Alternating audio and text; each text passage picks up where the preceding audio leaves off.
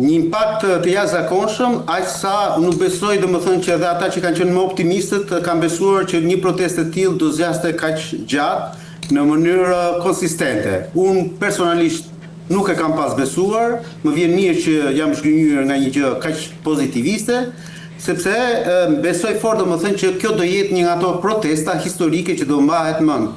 Aq sa më duket domethënë sikur ky vend jetë mot nuk është se ka pasur një protestë të tillë, qoftë edhe historike në sensin domethënë se çka ka prodhuar historia e mëparshme e shtetit shqiptar. Në thënë këtë, po, do duhet domethënë që një lloj thirrje para sa neve kemi mundësi të, duke qenë se kemi mundësi domethënë që të dalim nëpër media, çdo shqiptari që të bëhet pjesë e kësaj proteste, jo për një forcë politike apo për forcën tjetër politike, po për shtëpinë e vet, për familjen e vet, për të drejtat e tija qytetare. Në qoftë se sot në Shqipëri, nga Londra, Berlini, Milano, nga gjitha kryeqytetet e botës, aty ku ka diasporë, kanë ardhur në Shqipëri në protestë, nuk arrit do të kuptoj se si mundet domethënë që këta që janë në Shqipëri të jenë indiferent ndaj një ngjarje të tillë historike. Tani për sa i përket ndikimit, me patjetër që ta mbështesim, sepse kërkesat e kësaj proteste, të këtyre protestuesve janë thelbësore për një Shqipëri të re. Tani, për sa i përket ndikimit që ka pasur në Parlamentin Evropian, në fakt është miratuar dhe një rezolutë dhe unë do doja të lexoja avokat një 2 pasazhe për shikuesit për ta kuptuar se çfarë ka prodhuar deri në Bruksel kjo histori. Thuhet nga Parlamenti Evropian që shpreh keqardhje të thellë për faktin se ligji i Shqipërisë i vitit 2015 për investime strategjike është zgjatur duke pasur parasysh dispozitat e tij që mundsojnë procedura të përshpejtuara të dhënies së lejeve dhe reduktojnë kontrollin mjedisor, gjë që rrezikon të ndikojë negativisht në zonat e mbrojtura dhe zonat të tjera ekologjikisht të ndjeshme. Kërkon shfuqizimin e ndryshimit të vitit 2024 në ligjin për zonat e mbrojtura, të cilat lejojnë zhvillimin e infrastrukturës turistike në shkallë të gjerë brenda zonave të mbrojtura dhe transferojnë kompetencat kyçe të qeverisë dhe vendimarrjes tek Këshilli Kombëtar i territorit. Po ashtu shpreh shqetësim serioz se zhvillimet në vazhdim brenda zonës së mbrojtur të Vjos Nartës tregojnë pasojat praktike të tyre ndryshimeve ligjore dhe rreziqet që ato sjellin për zonat me vlerë të njohur ekologjike dhe Parlamenti Evropian thotë se po ndjek nga afër protestat masive paqësore që po zhvillohen në këtë drejtim dhe u bën thirrje autoriteteve shqiptare të vendosin menjëherë një moratorium për të gjitha procedurat e reja të lejeve, punimet ndërtimore dhe ndërhyrjet zhvillimore brenda zonave të mbrojtura, derisa dispozitat e papajtueshme të ligjit të ndryshuar për zonat e mbrojtura të jenë shfuqizuar. Pra, me sa duket ka një lloj reflektimi, pra duket sikur është kuptuar kjo histori edhe në Bruksel, avokat, apo jo? Sa le dha se e them Andi, një reflektim. Ai është grushti i fortë, nuk është as shuplat. Është knockdown total. Po i thot qeverisë shqiptare, jo ta rishikosh, po ta ç'bësh fare si ligj. I ka thënë qeverisë shqiptare të vësh direkt moratorium. Çfarë do të thonë moratorium? Zbërje totale atij ligji, në një mënyrë apo në një tjetër. Sepse është një ligj i cili ka prodhuar efekte të jashtëzakonshme shkatërrimtare për mjedisin në zonat e mbrojtura. Sot që ne flasim, Spaku ka 185 leje zhvillimore, ndërtimore që ka dhënë qeverisja e Edi Ramës vetëm në zonat e mbrojtura. 185. Janë në Spak të gjitha këto? Ka filluar hetime, se ka filluar hetime. Përpara unë nuk e di, se ti e di mendimin tim për Spakun, po unë po të them domethënë që çfarë po ndodh. Pra çdo leje ndërtimore. Dhe unë nuk, shiko, ajo të cilin mua më bëri përshtypje në gjithë historia Andi, ka qenë fakti domethënë që nuk besoja në botë që në harkun kohor të këtyre 7-8 viteve, Edi Rama pas ka bërë kaq shumë leje ndërtimi në zonat e mbrojtura. Çmendurim të mendosh, 185 leje nga Vermoshi në Konispol, vetëm në zonat e mbrojtura. A kuptoni se çfarë ka bërë kjo qeverisja apo jo? Nuk e di domethënë. Është ajo Pickëza e Vockël e Manastir Liut, aty tek plazhi i Manastirit, që ka vetëm Icebergut më buri dhe. Apo Grindkosti, Palasa Dhërmiu, Theti apo ku diun domethënë. E kuptoni që gjithë Shqipëria, po të them edhe një herë tjetër, mal fush bregdet, ka qenë një mbrojtur në të cilën Edi Rama e ka dhënë si llomp për ata të cilët sot janë në hetim nga Spaku dhe kryesisht 99% e tyre janë njerëz me precedent penal? E kuptoni se në çfarë shteti jemi? Në çfarë drejtëje jemi? Po mirë, BE-ja ku që deri tani BE-ja? Nuk ka pasur grupe vëzhgimi që të shikojnë si po ecën, çfarë po ndodh ku janë zonat e mbrojtura. Ti mendon që ne jemi kërthiza e botës ose Europës o Andi? Po ata nuk ka lidhje avokat. Ca burokrata atje në Bruksel, të cilët bëjnë disa raporte.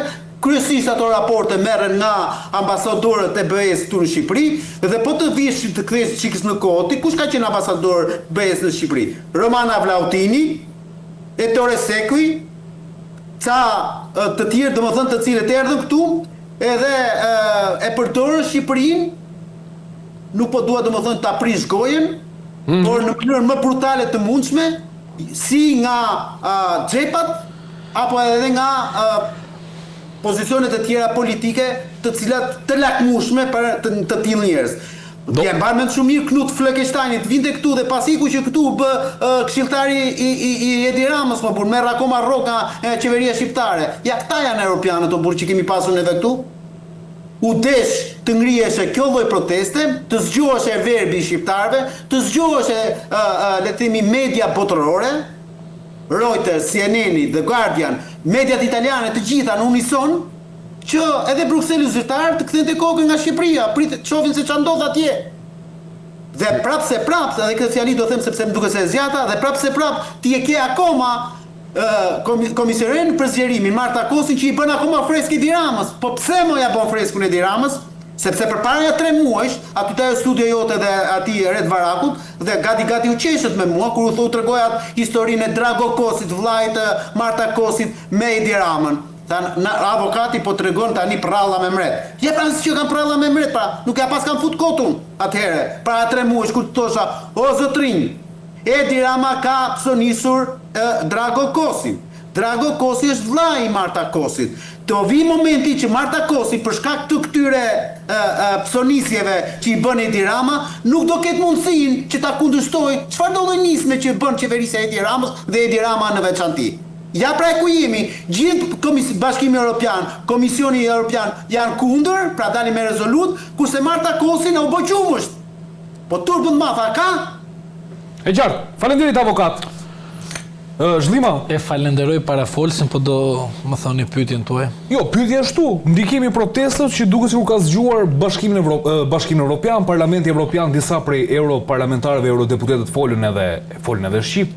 Shqipëria nuk është në shitje, domethënë i kemi parë këta që flasin shqip, po nuk dëgjojnë shqip. Kjo është e vërteta, po gjithsesi ne duhet të themi tek çdo qytetar që çdo protestë është e mikpritur dhe ne inkurajojmë çdo qytetar që dalë masivisht ditë për ditë ndaj kësaj të keqeverisje të flasë dhe të reagojë dhe të thyë frikën dhe të ketë shpresën për një Shqipëri me kapitull të ri. Përsa i përket europianëve, dua thjesht të parashtroj tek opinioni publik një fakt konkret që do ta lidhe me parafolsin dhe prandaj e përgëzova në mënyrën se si foli. Zonja Mogherini ishte komisionerja e zgjerimit. Sa herë na ka mashtruar kjo zonjë që do të hapen negociata, do të hapen negociata dhe do të hapen negociata. Vit për vit u shtynin negociata nga mjes deri në darkë dhe Mogherini ka qenë personi që ka patur për detyrë të thoshte të vërtetën, por thjesht ka bërë çfarë? Atë detyrën që i ka udhëzuar partia e saj që vjen nga Partia Socialiste Europiane dhe partitë të tjera. Pra, ka qenë në ndihmën e zotit Rama. Zonja Mogherini pasi iku nga kryekomisionere, komisionere, u bë personi që do të bënte kolegjin e Europian mos gaboj në Tiranë. E bërën kolegjin. Dhe zonja Mogherini ku është sot? E pandehur në Belgjik. Të njëjtin pothuajse krahasim, do të them për atë që tha për Kosin. Pra, do të shikojmë pasi të zbresin nga karrikja, a do të vinë në Shqipëri për të na treguar se sa bukur është Shqipëria dhe të na flasë shqip. Mbaroj kjo. Bashkimi Evropian mund të jetë një institucion që ka shumëllojshmërish individësh për të përcaktuar politikat e Bashkimit Evropian, por duhet të keni parasysh që Bashkimi Evropian nuk përfaqësohet drejt për së drejti nga komisionerët, por nga politika e vendeve anëtare të Bashkimit Evropian. Reagoj, le të themi në farforme, Parlamenti Evropian, do të reagoj. Një lloj kundër qeverisë dhe në dukje pro protestave zërit qytetarëve. Çfarë ndodhi tani pra? Këtë dua të kuptoj. Goditi ndaj Ramës.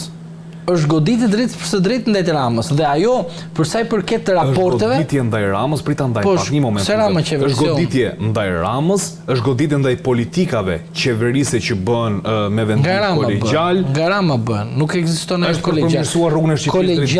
Kolegjial mund ta thuash në një vend ku ka demokraci funksionale dhe institucione funksionale. Pra ju thoni që është goditje ndaj Ramës. Është ndaj Ramës, është ndaj Edi Ramës që vet ka bërë normimin e ligjeve, vet ka bërë pothuajse urbanistin në Theth, vet ka bërë urbanistin në Zvernec, vet ka bërë urbanistin në Sazan, vet ka bërë urbanistin në Shqipërisë. Goditja ishte shumë e fortë ndaj zotit Rama dhe patjetër do të përfshijë edhe Partinë Socialiste edhe keq qeverisjen e vendit, por ju duhet keni parasysh që Bashkimi Evropian dhe Parlamenti Evropian goditi.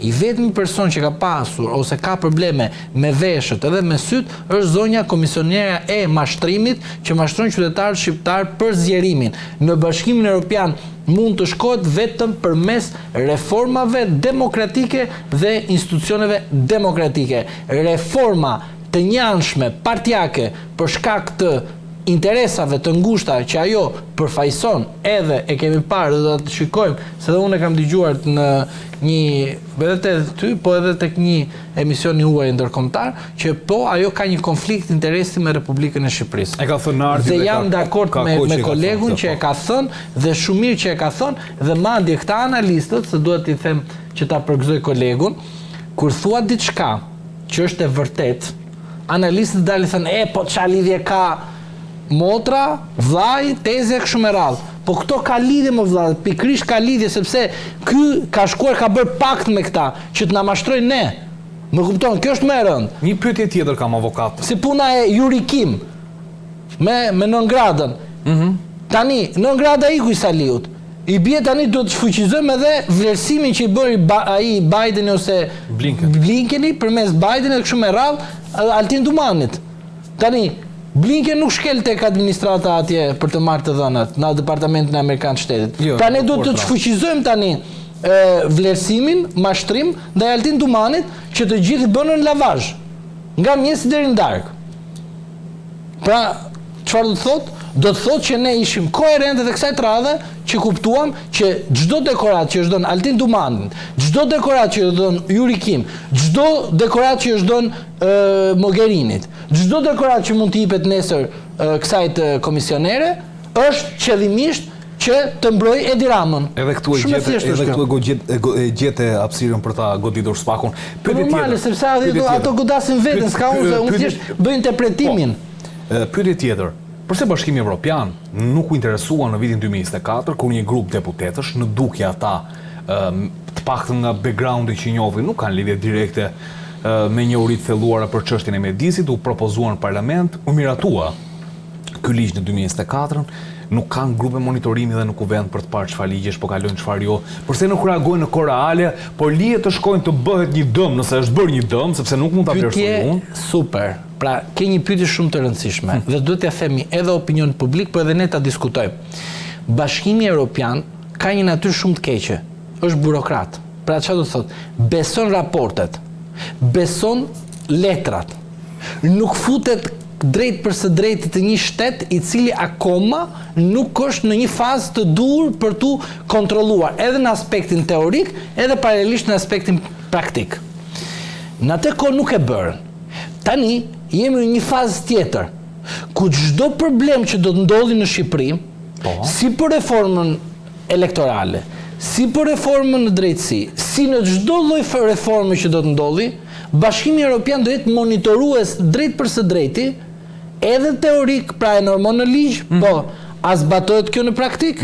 Në rast se ti vlerësohesh në aspektin teorik, edhe në praktik jetë zero, ata do merren në aspektin e praktik dhe thënë fal ti mund ta kesh të normuar, po zotri duhet ta zbatosh tani. Dhe raportet para 2024-s, që janë raporte mashtrimi, tani e tutje nuk do kenë të njëjtin impakt. Dhe prandaj ju shikoni që Bashkimi Evropian do të bëjë këtë veprim edhe e bën vetë, pse? Se ka pikrisht manualin e qartë të saj të funksionimit. Pra një shtet antar nuk vjen thjesht pse vetëm normal ligje, po paralelisht edhe duhet edhe t'i zbatojmë. E qartë. Faleminderit shumë Zhdima.